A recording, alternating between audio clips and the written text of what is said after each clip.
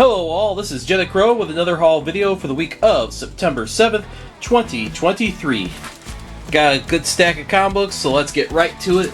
As always, I start off with DC Comics, and we have Batman issue number 137, legacy number 902. So the DC books are starting to show the legacy numbers as well. And this is also part 2 of the Gotham War. Read part 1 last week, really good. Kind of siding with Selena on this one, but I'm looking forward to seeing where this story goes. Next up, we have Birds of Prey, issue number 1. Brand new lineup. It looks like we have Harley Quinn, Black Canary, Cassandra Cain, the Black Bat, or Batgirl, I should say. Got Big Barda, and Zealot. I believe this is the first time Zealot's been on the team.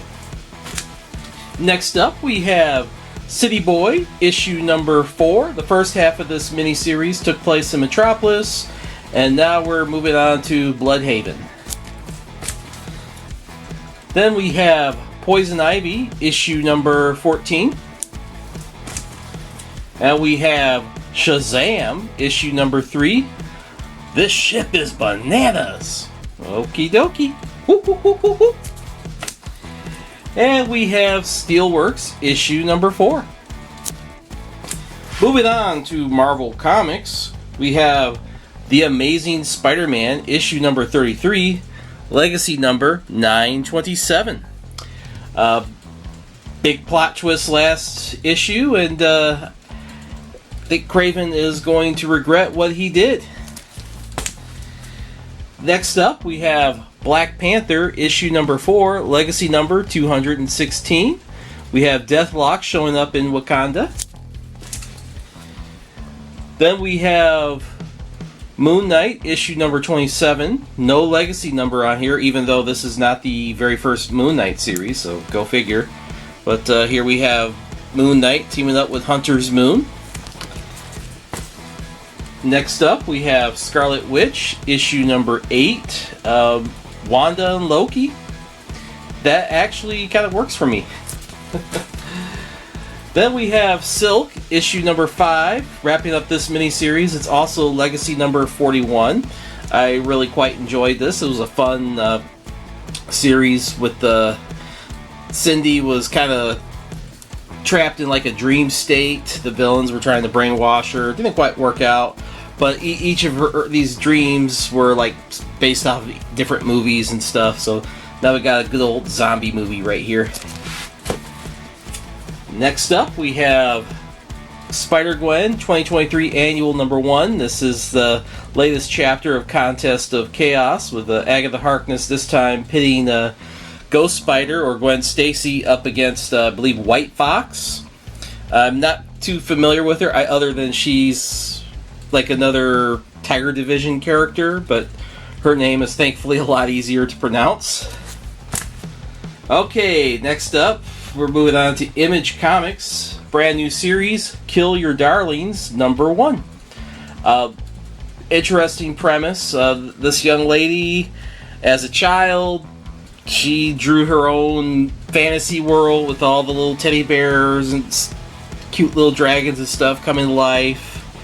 But as far as I can tell, there's something ominous, and she goes into her fantasy world, but something's killing all of her friends and fantasy creatures. So I'm gonna check it out and see what I think. I'm not familiar with the creative team. I believe they're all brand new, but yeah, the premise intrigued me.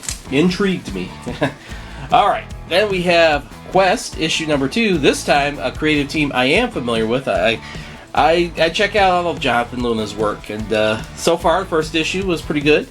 And he hasn't really let me down yet, so I don't really expect Quest to be anything other than good. Then we have The Sacrificers, issue number 2.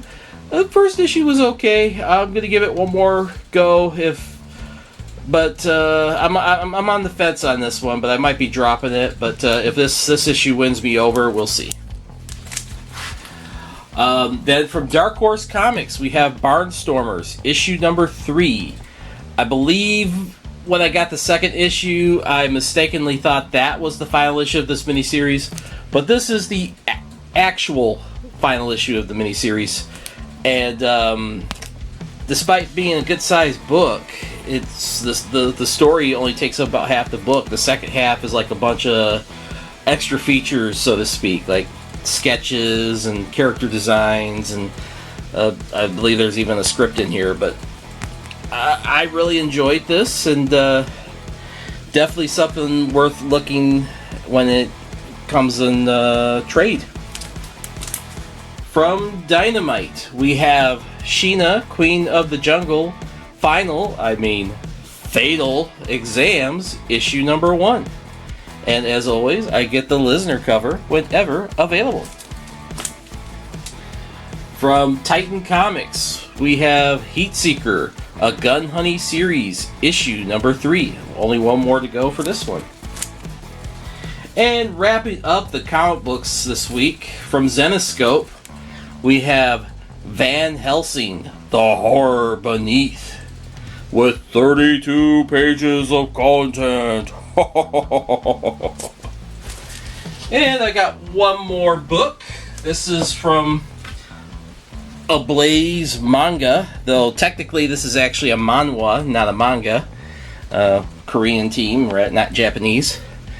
I guess it was based off of a webtoon, but I've never heard of it. I haven't really checked out webtoons and webcomics in years, to be honest. But the premise intrigued me. This is the character. He has the ability to see the future or potential futures and knows how to divert them. But in order to divert them, he has to, I guess, pretend to be a terrorist and be accused of being a terrorist, hence the name Terror Man. When I heard about it, kind of, well, I won't say what series it reminded me of, because that would be kind of a spoiler for that series in question, but it's an anime title.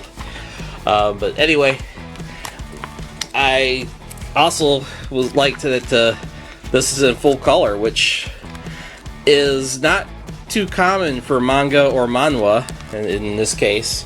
So that was a real good selling point for me as well. I mean, usually manga or manhwa, this is manhwa, it's they're in black and white. That's cool. But I guess since it started off as a webtoon,